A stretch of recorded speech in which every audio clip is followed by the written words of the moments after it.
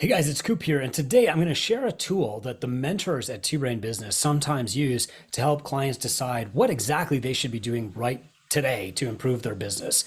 This is called the decision making bracket, and here's how it works. We'll get on a call with a client and we'll look at all of their metrics and we'll decide what their biggest opportunity is to grow their gym quickly.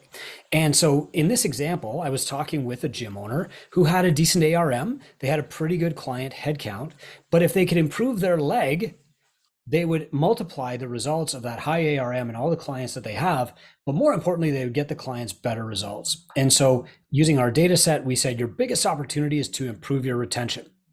Then we said, okay, we're going to take 30 minutes every single day to work on our business instead of in our business, and we're going to dedicate that to our biggest opportunity, retention. And the client said, sounds great. What do I do?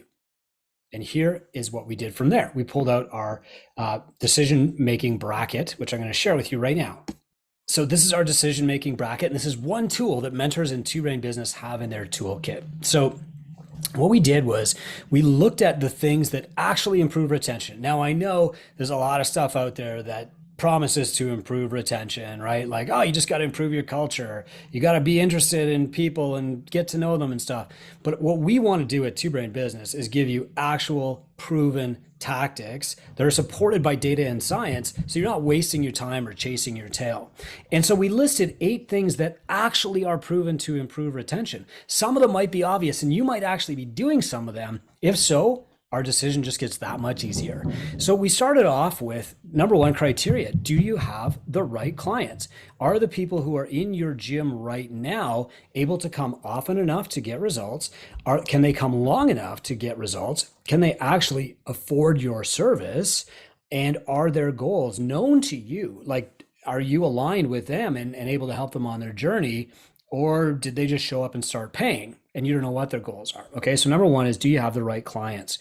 Number 2 is, do you have consistent operational excellence? What this means is, if you're not there, is your coaching service delivered to the same level by another coach? If you're not there, are the floors clean just like as if you were there? If you're not there, do people know how to book appointments or bill people? You know, you have to have that consistent operational excellence or you will lose clients.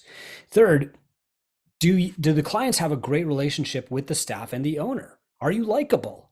You know, honestly, there are a lot of gyms that get into trouble because the owner is a dick and just people don't like being around them. You know, there were certainly times in my career where I was not likable. People wouldn't want to be around me because I was broke, I was exhausted, I was depressed, and I was mad about it. And it showed. And so people just wouldn't show up to the gym because at that time in my career, I was not a very likable coach. Third, is your programming actually getting results? And do you know this for sure? So when you're doing regular goal reviews with people and you're tracking, are they losing the weight that they wanted to lose? Are they getting stronger if that was their goal? What's really important here is your programming getting them the results that they want? Not, are you improving their Fran time? Okay. So if somebody comes in to lose weight and they get a bigger deadlift, but they don't lose weight, you're going to have a retention problem. And honestly, if you're not getting them any results, sometimes that's a really hard conversation to have with yourself, but trust me, it's worth doing. Next is results recognition. Do they know that they're getting results, and are you publishing those results for other people to see? So you're firming up your tribe with social proof, but also you and I, we're fitness coaches. We know that results happen so slowly, so incrementally that sometimes people don't even know that they're happening while they're happening unless you actually put them on the scale or measure their upper arm or test them somehow, right? So do they see the results that they're getting? Next, mavenhood. Are they, and this is a funny word I just made up, but are they bringing other people in? Or are they taking an active role as a leader in your gym? Are they the first to welcome other people? See, that actually improves retention if they see themselves as on the welcoming committee or on the recruitment committee or in charge of following up with calling people who like don't show up. You know, if they see themselves as like the head personality in their class, now then they will stay longer because they actually form part of their identity in being that part of your gym. This is a really hard one to define, but its effect is measurable. The people who are the mavens, who bring in other people, who welcome other people, are more than your ambassadors. They actually stay around longer. Next, number 7 is what is their relationship with other clients? A great way to lose clients is if you have a bunch of other people that they don't align with. It doesn't mean the other people are jerks. We're all good people. But if you have somebody that can only come at 7 p.m. on Thursday, and that's a super competitive class, and she's 30 pounds overweight, you're not going to have that cohesion. And sadly, instead of being inspired by the others, she's probably going to think, I don't belong here. So that's that feeling of belonging. That's the relationship with other clients. Some people would call that culture. I don't use that term a lot because it's kind of hazy, but you call it culture if you want. And then finally, surprise and delight with gifts. We publish on this every single year, and it's amazing what the power of a surprise gift can do, like a welcome present when people join, or for example, like a card on their birthday. Okay. So now we've got these 8 things. Awesome. So many things can improve retention. Yes, fired up about the opportunity. We're definitely going to improve retention, and that's going to make a better business fast. But which one do we do right now? First, I would tell the client, look, we're eventually going to do probably all of these, or at least 6 out of the 8. We want to start with the one that's going to move the needle the most, okay? The 20% effort that's going to get us 80% of the results. What is that? So the first thing that we do is we ask, if you could only do one thing, one of these 8, which one would it be? And now we use the decision-making bracket to pick that one thing. So we go through each pairing, it doesn't matter what order they're in, and we'll say, okay, if you could only choose one, would you rather have the right clients or consistent operational excellence? For me, in my experience, I'd rather have the right clients, because I had some amazing clients who stuck with me even when I was really crappy at operational excellence, right? They were very forgiving. This is the minority. Most people will quit if your excellence is not, or if your operations are not consistently excellent, but the very best of the best clients will stay no matter what, or up to a point. So we went through this and we said, okay, the right clients were most important. Between these next 2, relationships with the owner were more important than actually getting results. Hey, that's my experience. Next, we looked at results recognition. Are they, do they understand the results they're getting? Are you publishing those results?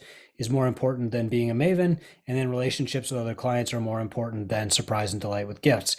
If we could only pick one of these 4 or 2 of these 4, we would pick having the right clients and recognizing their results. And if we could only pick one of the 2, we would start with having the right clients. So out of all these options to improve retention, the first thing we have to focus on is, are we getting the right clients in the door? So now the mentor can say to the gym owner, if you really want to grow your business long-term, the most important thing that we can do is focus on attracting and keeping the right clients. So now we can do an exercise called the seed client interview, and the mentor assigns that exercise for homework. And the next day, the gym owner wakes up, they've got 30 minutes to work on their business, and they start doing that exercise. They identify who their best clients are and start reshaping their business around them. But what do we do after we've done that exercise? Within 3 days, they could be done that, right? Well, let's decide. So now, step 2, what is our round 2 winner going to be? Well, okay, we already know we've done the right clients exercise. Now, if we weigh all the other options, what comes up is the client's relationship with the staff and the owner. That's going to be second most important. We're going to work on that next. How do we do that? Well, the mentor gives the gym owner some specific instructions. And it might be like, you've got your seed clients, you're going to take them out for coffee, you're going to ask them these questions. Then you're going to take the next top 20 clients and you're going to send them a text. Then you're going to set up like a birthday card automation or something like that. Okay. Then what's the third thing that we're going to do? Well, we've done the 2 biggest things already. So third most important, when we went through all the options, choosing only one, is consistent operational excellence. Okay, we need to write a staff playbook, and we need to train our staff on how to deliver things like billing and booking appointments and cleaning, and not just like how to run a better group class, right?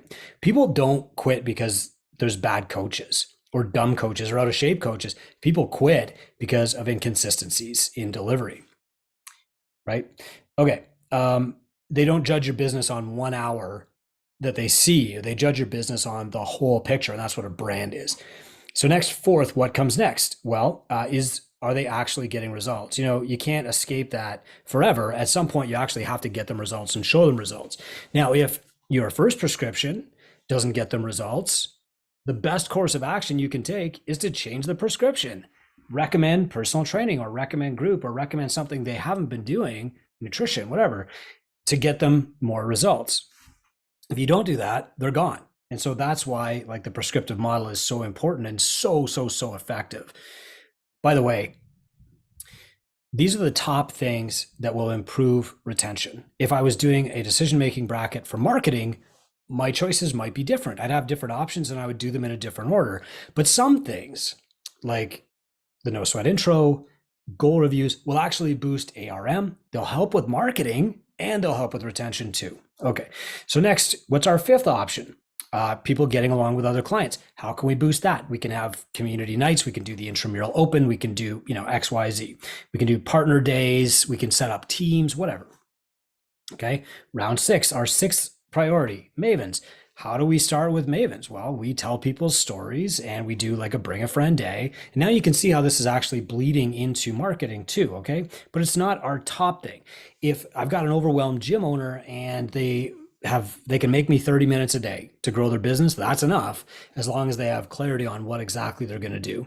And so if we start with, let's focus on the seed client exercise first and do that. As soon as you're done with that, in 3 to 4 days, we're going to regroup. I'm going to give you something different to do. Okay. And this tells us basically our order of battle. Like, here's our priorities. And what we can wind up with is a list of our top priorities. First one, round 1 winner. Let's get the best clients. Round 2, let's improve relationships with the staff and the owner. Round 3, let's make our operations consistently excellent. Number 4, let's look at our programming, etc. Are we producing results? Do we even know? And then we work all the way down. And we might never even reach this surprise and delight, give people special cards and gifts stage. But the reality is, like, most of the wins in retention are going to happen in the first 2 things. Like, the first 3 things are going to give us 80% better retention anyway. And then on the next call with their mentor, the gym owner can work on ARM or getting clients.